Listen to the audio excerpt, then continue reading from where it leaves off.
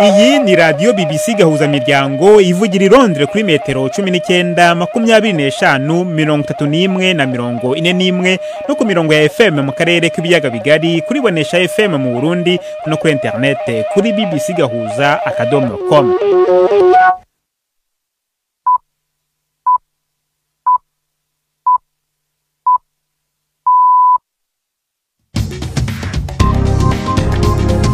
Ubu ni saa 10 n'igice ku isaha mpuzamahanga ya GMT, ni saa 12 n'igice ku isaha yo mu Rwanda no mu Burundi. Muri studio muri kumwe na Jacques Niyitegeka. Izi ni ingingo z'ingenzi zigize aya makuru. Ingabo z'umuryango w'iterambere ry'ibihugu byo mu karere ka Afrika y'Amajyepfo SADC zaragiye gutera inkunga ingabo za leta ya Kongo mu burasirazuba bw'icyo gihugu zatangiye gusubira mu bihugu by'izikomokamo zinyuze ku butaka bw'u Rwanda. Mu nkambi y'impunzi z'abarundi Inyarugusu muri Tanzania kuva ku munsi w'ejo hararangwa icyuka kibi nyuma y'imvururu zahavutse akanavugamo n'amasasu. Twashatse no kumenya ukuri ku nkuru zimaze iminsi zihanahanwa ku mbuga nkoranyambaga zivuga ko abarundi baba muri Kenya umutekano wabo waba ubangamiwe. Tubafitiye n'ikiganiro cy'abagore muri mwese, ikaze muri amakuru yo kuri wa gatatu turi ku itariki ya 30 z'ukwezi kwa kane.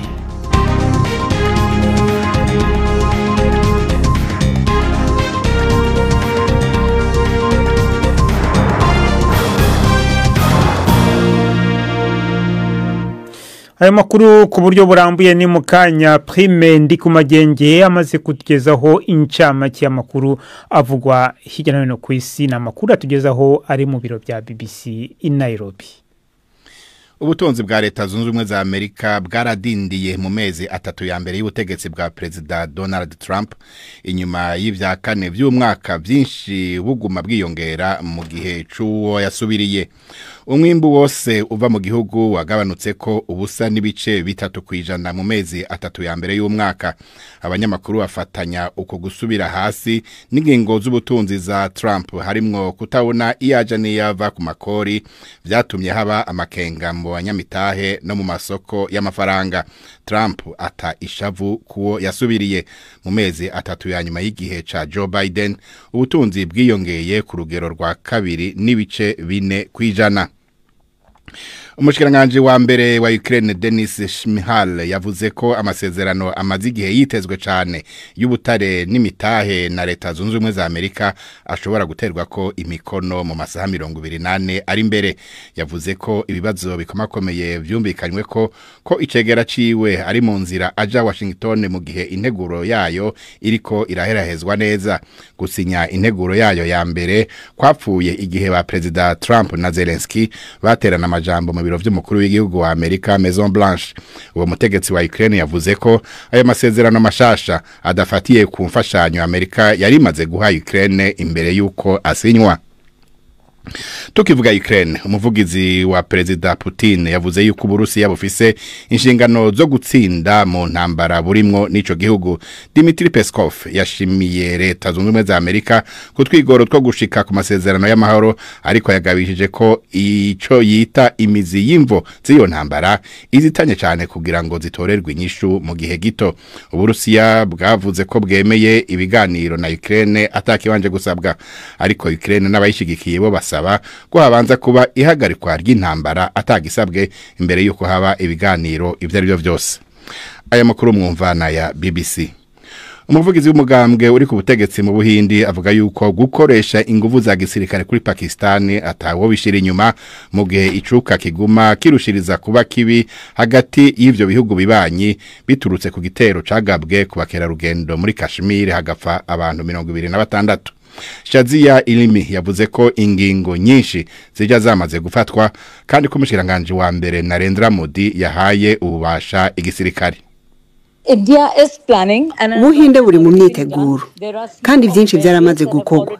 Hari ingingo nyinshi zimaze kuja mu ngiro kandi sinzosiga n'inyuma ko bishoboka gushira mu ngiro n'izindi ngingo zirimo n'izigisirikare canke kugaba igitero. icizere kuri Pakistan ni zero. Yama yahakanye uruhara mu bitero harimo n'ikinyene.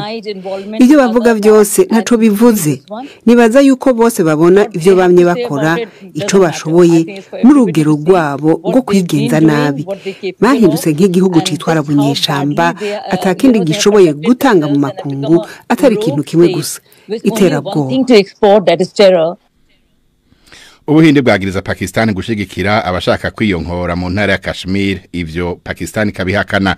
Umushikiranganje wa Pakistan ajejwe kumenyesha makuru Atullah Tarar mbere yari yavuze ko leta yiwe ifise amakuru yigendereza yo kwizera ko himirije vuba igitero c'Ubuhindi, ariko nta birenga ngaho. Yongeye ko Israel yagavye ibitero kuco yise intagondwa muri Syria mu gihe hadutse intureka zishingiye ku madini mu karere kiganjemwo abadruz hafi y'umurwa mukuru Damas. Itangazo rihuriwe ko n'umushikiranganje wa mbere Benjamin Netanyahu n'uwo kwivuna abansi Israel Katz yavuze ko ubutumwa bwarungikiwe abategetsi ba Syria buvuga ko Israel yiteze ko hagira ico bakoze kugira babuze ko abadruz bagirirwa nabi. Inkuru ya Sebastian Asha ari Jerusalem muyumva mwijuri rya Robert Patrick Misigaro. Muri iyi minsi ya vuba ukurasana hagati y'imigwi ikorana n'ubutegetsi bushasha bwa Syria n'abagwanyi bo mu muryango wa Druze imaze guhitana abantu bashika 13 i Damas no mu micungararo yaho, bituma haduka izindi mpungenge ku mutekano muri Syria.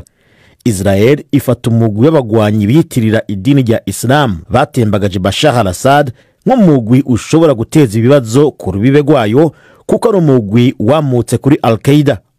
Israel ivuga ko ibitero biheruka muri Syria ari ibyo kugabisha kugira yerekane ko yiteguriye kugwanira abadruze basanzwe ari inkehwa atari gusa muri Syria ahubwo no muri Israel. Kuva Bashar al-Assad atembagaje ku butegetsi, ibikorwa by'igisirikare ca Israel muri Syria byarongereje umurindi. Ndangirize ku nkuru y'u Rwanda aho Atletico de Madrid wabaye uwundi mugwi w'umupira wo mu cicaro ca mbere wagiranye amasezerano yo gukorana na Visit Rwanda. Ni mu gihe ayarasanganywe amasezerano benayo Arsenal, Bayern Munich na Paris Saint-Germain agize igihe anegurwa kubera imigenderanire yayo n'urwego rw'u Rwanda rujejwe iterambere RDB. Uko gukorana kwatanguye gutumwa urutoke kuva intureka yongerekanye mu buseruko bwa Republika ya Demokarasi ya Kongo. Abategetsi ba Kongo bagiriza u Rwanda guha ibigwanisho umugwi M23 no kurungika ingabo zo kuwufasha intambara. U Rwanda ruhakana gushigikira uwo muhari. Jacques urakoze Prime ndi kumagenge kuri iyo ncamake y'amakuru.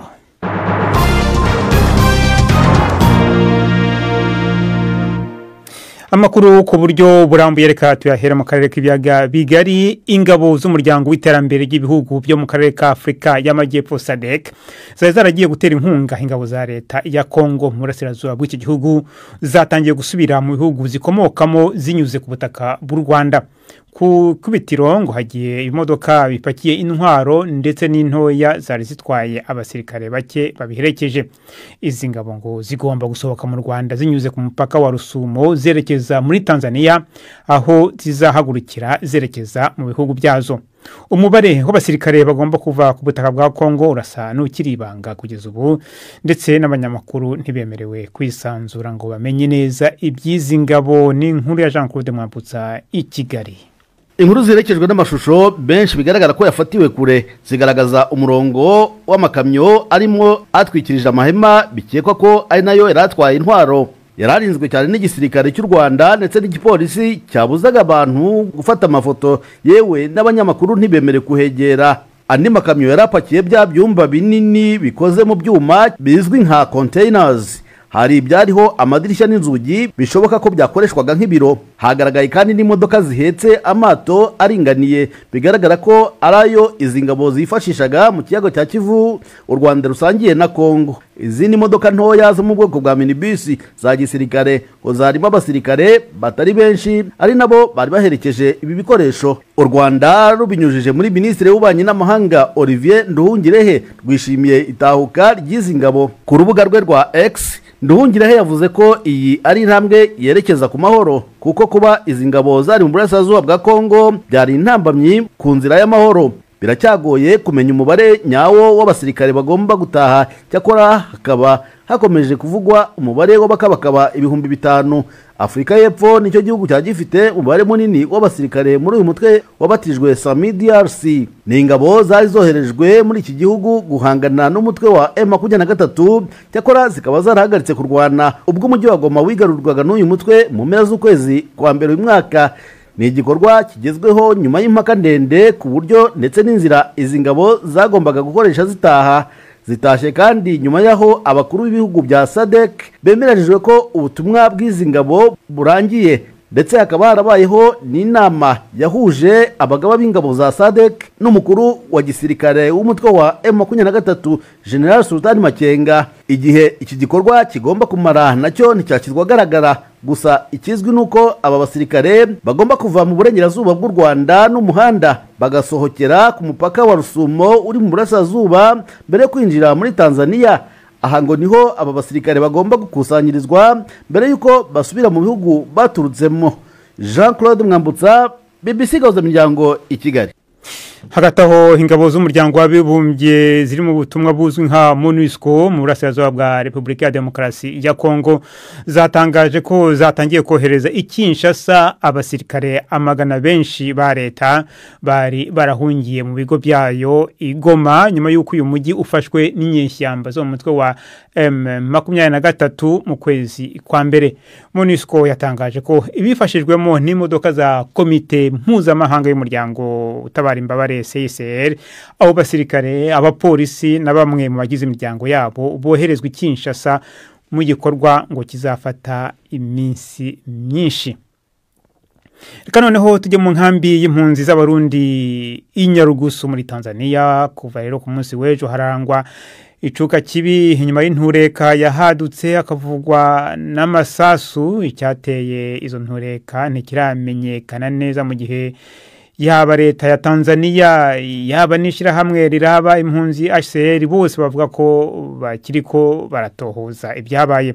Ariko izo mpunzi zo zivuga ko byaturutse kubaje gusahura ibicuruzwa by'umwe muri bo, mu gihe ayandi masoko avuga ko byahereye kwisakwa igipolisi cyariko kirakora muri iyo nkambi irimo abarundi barenga 40,000.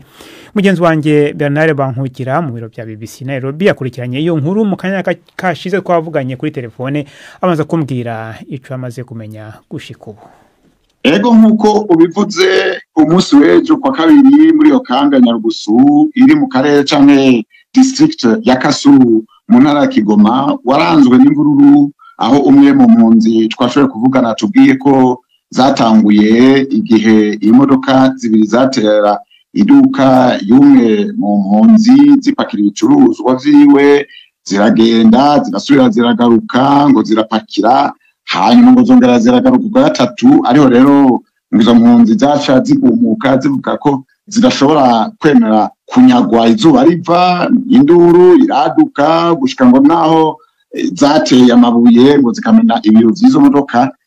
Byatumye rero ngo abapolisi baca batangura kurasa ku mpunzi bakoresheje amasasu nyayo n'ivyuka ngo bikoroza amosozi. Ibintu rero ngo bikaba byarabandanije gushika ngo no kumuhingamo. Ibyo urumva rero nibivugwa n'impunzi, ariko hari yandi makuru nayo avuga ko ahubwo ngo ako kagoma koba kavuye ku gikorwa c'abapolisi ngo bariko barasaka urugendo rutemewe n'amategeko. Rero gushika ubu nta nkuru nyayo yerekana neza na neza imbo zateye izi mvuru.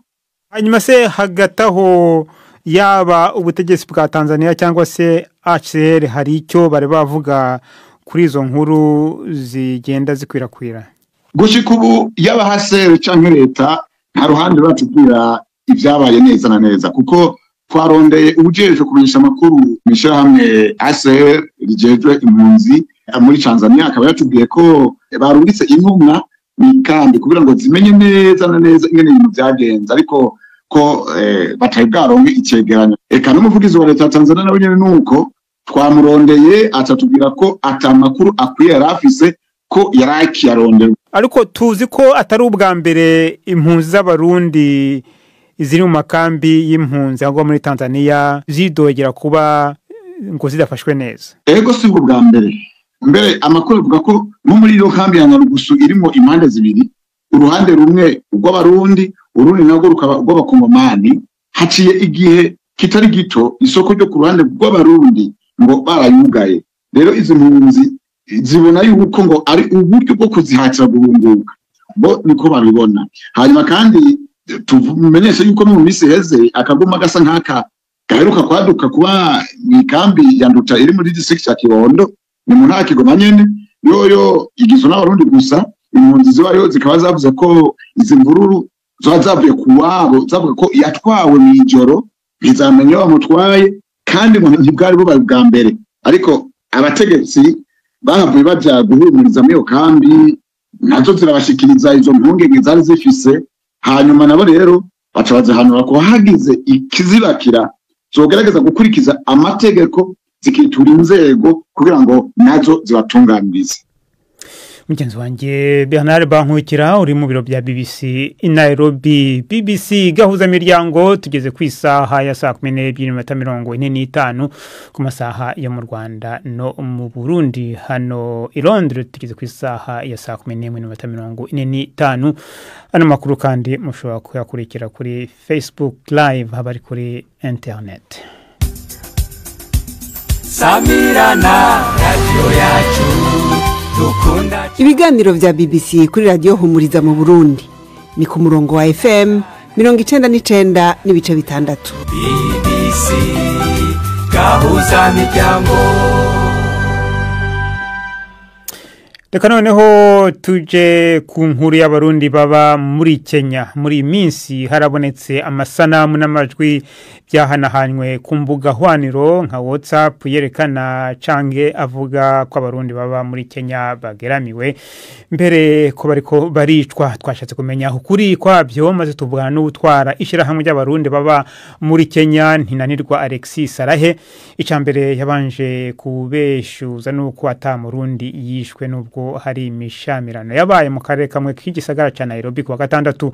Yavuganye kuri telefone na mugenzi wacu Preme Ndikumagenge abanza kumubaza ibyabaye naho byabereye. Ahantu bitwa Bahati abarundi basanzwe babahati harabaye akagorane aho umusuma w'umukenya aho Bahati ni ku atahazi kubatahazi Bahati na karere kari mu gisagara ca Nairobi gafatanye naho bitwa Shaurimoyo na Makadara kaba kari mu karere ka Magadara. Mu bisanzwe habaye umukenya yari yivyo umusuma urazi ko umusuma no muri Kenya bamufasha avuga ati umusuma baramwirukako baraheza baramwica. Bamwishe rero kubera ko karere kabamwe abarundi benshi bene umuntu bace batana kwidoga bavuga ngo ahubwo yishwe n'abarundi. No rero abakenya baca biroha mu barundi ego abatari bake barakomeretse mugabo gushika amasaha nta numwe ari mu bitaro gushika amasaha nta murundi yitavye Imana no mu mishwamirano nta mukenya yishwe uretse uwishwe nk'umusuma ava yuko imishwamirano itangura. Hakomeretse abarundi nk'abangahe? Gitigire numvise ejo turi kuri tere cari 12 mugo turi mu nama twagiranye n'abajeje intwaro ndanumvise ko aronde 23 kandi imishwamirano yarahagaraye ko twaragiranye inama ejo n'abajeje intwaro hamwe n'abajeje umutekano baratwemeza ko ibintu bigiye kuba mu buryo neza. Uretse aho hantu habaye ako kagorane kubisanzwe hano muri no minsi mbona abarundi umenga baguma bagwirirana bo baza kwisumamwe hano muri Kenya babanye gute n'abanyakenya nika n'abatarabanyakenya kuko bino gisagara cyane yero kibamwe abantu bava mu mihingo myinshi yisi. Mu bisanzwe hano muri Kenya abarundi ba hano muri Kenya bararenga 56 kandi uravye ingene baza kuba mu iki gihugu la majorité hari igihe usanga atavyangombwa benshi bafise mugabo gacuraba n'ubuzi bakora usanga ari byabuzi buto buto ubuzi bw'udandaza gahawa ubuzi bw'uvandere ubuzi no gukora canke ubu ede bwo kumazu. Rero rimwe na rimwe abakenya bamwe baridoga bavuga bati abarundi badutwaye akazi mugabo ariko umubano w'abarundi n'abakenya hano nukuri muri 80% n'umubano mwiza 80% ku bakenya n'abarundi 20% nitwa tugorana usanga tuhari abarundi rimwe barabidogera yuko ari abantu usanga babana mu nzari beshi ariko usanga abarundi bamwe babona ko abaza ari imisore cyane usanga batwara abakenyezi babandi mugabo ivyo byose turabigerageza kubahanura. Impanuro tubahereza ya mbere nuko la majorité y'abarundi beshi bava mu Burundi bavayo uko bahenzwe n'abagenzi babo bababwira bati ingo muri Kenya winjira atavyangombwa bihari. Iyo namakosa kuko guruje muri Kenya teza kuba ufise passport canke laissez-passer. Donc la majorité batwitwa ba sans papier wahura n'umupolisi ugasanga uri gutanga igiturire. Donc abarundi batumenyeye nk'abantu nyene ndumva batanga igiturire bagomba inzira za hagufi Ntinanirwa Alexis Sarahe wavuganaga na Prime ndi ku magenge. BBC gahuza miryango ubu nto n'umwanya w'ikiganiro cy'urubuga rw'imikino uyu munsi mwateguriwe kandi mugezweho na Yves Bucyana. Imikino kuri BBC gahuza miryango. Ndabashuje mwese abateze amatwi BBC amakuru y'imikino ndayahera mu Rwanda ku kibuga cy'amahoro iremera mu mujyi wa Kigali hari gukinwa imikino ya kibwe cya kabiri y'igikombe cy'amahoro. Umukino hagati ya Police FC na APR FC no mukino wo kwishyura ubanza amakipe yombi yanganyije igitego kimwe kuri kimwe. Undi mukino muri iri joro urahuza ikipe ya Rayon Sport na Mukura Victory Sport. Ayo makipe nayo mu mukino ubanza yari yanganyije igitego kimwe kuri kimwe. Ku mugabane w'Uburayi kivugwa cyane n'imikino ibanza ya kibwe cya kabiri guhatanira igikombe cy'amakipe akomeye kurusha yandi Champions League. Ikipe ya Arsenal yaraye itsindiwe iwayo Emirates na Paris Saint-Germain igitego kimwe ku busa. Ni igitego cyatsinzwe na Ousmane Dembele ku munota wa 4 w'umukino. Byagaragaye muri uyu mukino ko ikibazo gikomeye Arsenal yagize ari ukubura umukinnyi wayo Thomas Partey hagati hayo. Uyu mukinnyi w'imyaka 31 ntiyari yemerewe gukina uyu mukino kubera ikarita y'umuhondo yahawe mu mukino wa kimwe cya kane wabahuje na Real Madrid. Kuri uyu mugoroba Barcelona irahura na Internazionale Milan mu mukino w'ishiraniro ku kibuga cya Nou Camp i Barcelona.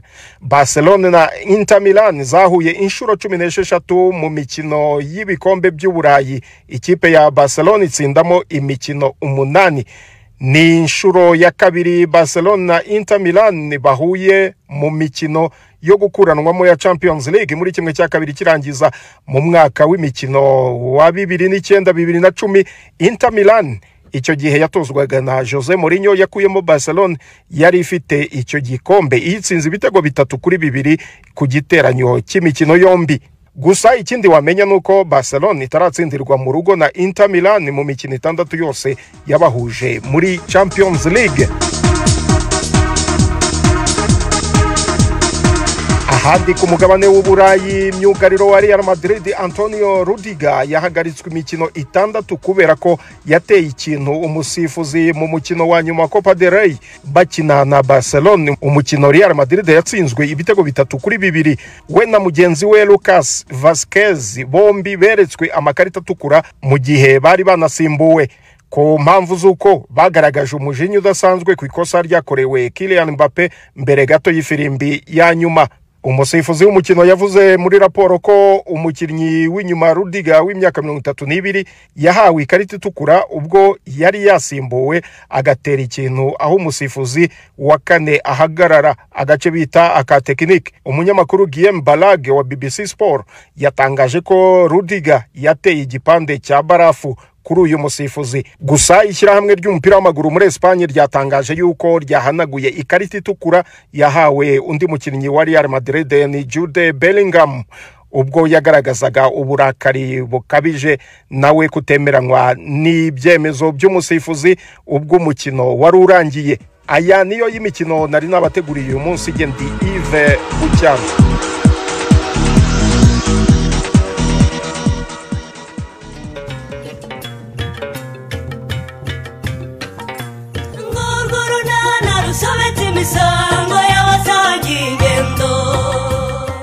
Mu kiganiro nacyo kuri wa 4 twabateguriye impereza kana rero ngaterure yewe yanazane rwose nizere ko katari bunyanga oya ntabwo yanga abantu pekire kashonje we mama mana we ariko uyu mwana ni Stefano Musa umva uyu rwose nawe ni Stefano neza ntawe yatinyuka kumwihakana ndakurahiye wagira ngo ni fotokopi neza pe sibyo murebwe. Ni 12:45 kuri BBC.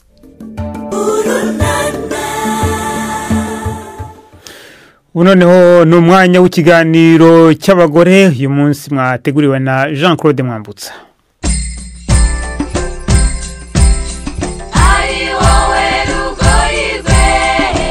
Mwiriwe neza nshuti za BBC kaze mu kiganiro cyacu cy'abari n'abategarugori cyo kuri tariki ya 30 zo kwezi kwa 4 mwaka wa 2025. Kuri uyu mugoroba turi mu karere ka Gicumbi mu murenge wa Bukure aho twasuye rwiyemeza mirimo wihariye waretse umwuga yize w'ubuvuzi akiyegurira ubuhinzi bwa kawa. Agnes Mukamushinja amaze imyaka 10 yinjiye mu buhinzi bwa kawa, asohotse mu bucuruzi bw'imiti yemeza ko nabwo bwamwungukiraga cyane. Uyu mubyeyi avuga ko yinjiye mu buhinzi bwa kawa kugira ngo yubahirize umurage w'umubyeyi we. Nabigiyemo kubera ko papa wanjye yakoze mu ikawa kuva kera, yemwe iyi misozi yose n'abahinzi bose b'ikawa niwe wabafashije gutera ikawa no kuzikurikirana, niwe wakoraga ingemwe. Byatumye numva niyumvisemo iki gikorwa cyane, ngenda mbyiga gahoro gahoro, nshaka amasertifika ku ruhande no ku ruhande, mbaza uwo mbashije kubona ufite ubumenyi kuri icyo gikorwa nkamubaza. Tuba dufite amahugurwa atandukanye. Ni imirimo myinshi isaba igihe kinini cyo kuyikurikirana, isaba amasaha makeya yo kuryama nk'uko tuzi abacuruzi babigenza, akazi kangana gutyo, kandi nanone za nshingano ufite zo mu rugo. Inshingano z'umubyeyi burya ntago zikurwaho n'ibi, ahubwo izi ngizi ziramforsa za nshingano, kubera yuko iyo wakoze ubona icyo ujyana mu rugo.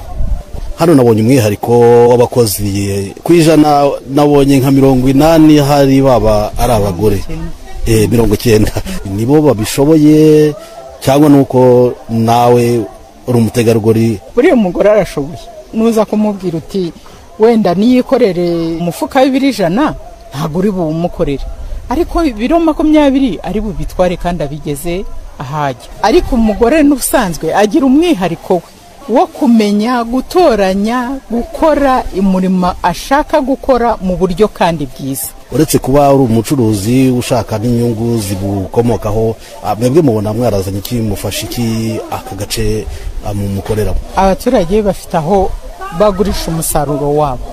Uyu musaruro ubundi twawuheraga nibuye tukawugurisha ku giciro gito. Uyu munsi awuzana uko wakabaye, tukawutonora tukaguha agaciro gakwiye ku isoko mpuzamahanga. Twahaye agaciro rero umusaruro. Icya kabiri, twazanye amafaranga agaragara mu bantu. Uyu munsi niba uyu musaruro uko ureba ahangaha ntago ari mukeya, aya mafaranga yose ari ahangaha yagiye mu baturage. Ubwo ni ukuvuga ngo umuturage ahari season yaragize, amafaranga arayafite. Harimo abo tugurira za mituelle de santé, hariho abo dufatanya n'ubuyobozi kubaka inzu zo guturamo. Nsanga rwose Nova ifite akamaro kanini kuri iyo community ya hano. Muri rusange ikigo cye cya Nova Coffee gihinga kawa ariko idahagije ngo ibe yahaza uruganda. Ibi bituma ikorana n'abahinzi bakaba 3,000 igurira umusaruro ukiva mu murima. Abandi babona inyungu ni babagore bakaba 500 twahoze tuvuga. Aba ngo babonye akazi gahoraho kabafashije kwiteza imbere. Amafaranga bwa mbere navanyemo naguzemo ingurube. Rero ntekereza yuko uko ngenda nkakora nzagenda niteza imbere, ndetse n'abandi akenshi ngenda nganira nabo n'urwo rwego bagezeho bavuga ko kabateza imbere. Twese buri muntu aritunze, n'umugabo nakuvuga ngo aragusuzugura cyangwa ngo murasuzugurana. Niba uri mu rugo ukabona ikintu kibura urakigura. Ubu rwose nta mugore wawe udafite ibiti by'ikawa, utayifitiye kawa ye ku giti cye, kuko turakora bakaduha ingemwe z'ikawa zabo bitunganyirije tugatera, ubundi zamara kwera ukabasha kugemura. Aka kazi nkora urabona gatuma umuntu asa neza, amafaranga baduha tukayizigama, ukaba wagura agatungo nk'uko suba inzererezi mu muhanda ukagira aho ubarizwa, ukaba wagira n'umushinga upanga wawe. Hari abamutangarira kuba yaratinyutse bakabibona nko kwigerezaho, ariko we ngo gasanga nta gitangaza yakoze. Impano Imana yarayiduhaye yo gutunganya ibintu kandi tukabikora neza. Icyangombwa ni ugushyiraho imbaraga z'ubwenge n'umutima, ukamenya icyo ugiye gukora kandi ukagiha agaciro.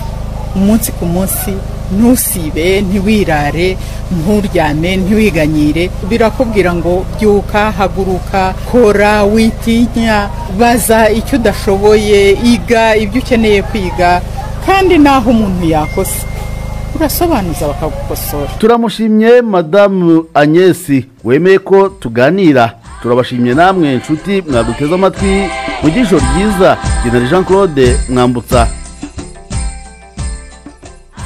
Urakoze Jean Claude Mwambutsa na Agnes mwaganiraga mu kiganiro cy'abagore. Ni nacyo rero kishoje amakuru yacu yo kuri uyu wa gatatu itariki ya 30 z'ukwezi kwa kane na makuru yarahagariwe na Nina Iradukunda ni makuru yacu arakomeje ni kuvuga rwashirwa internet bbc-gahuza.com.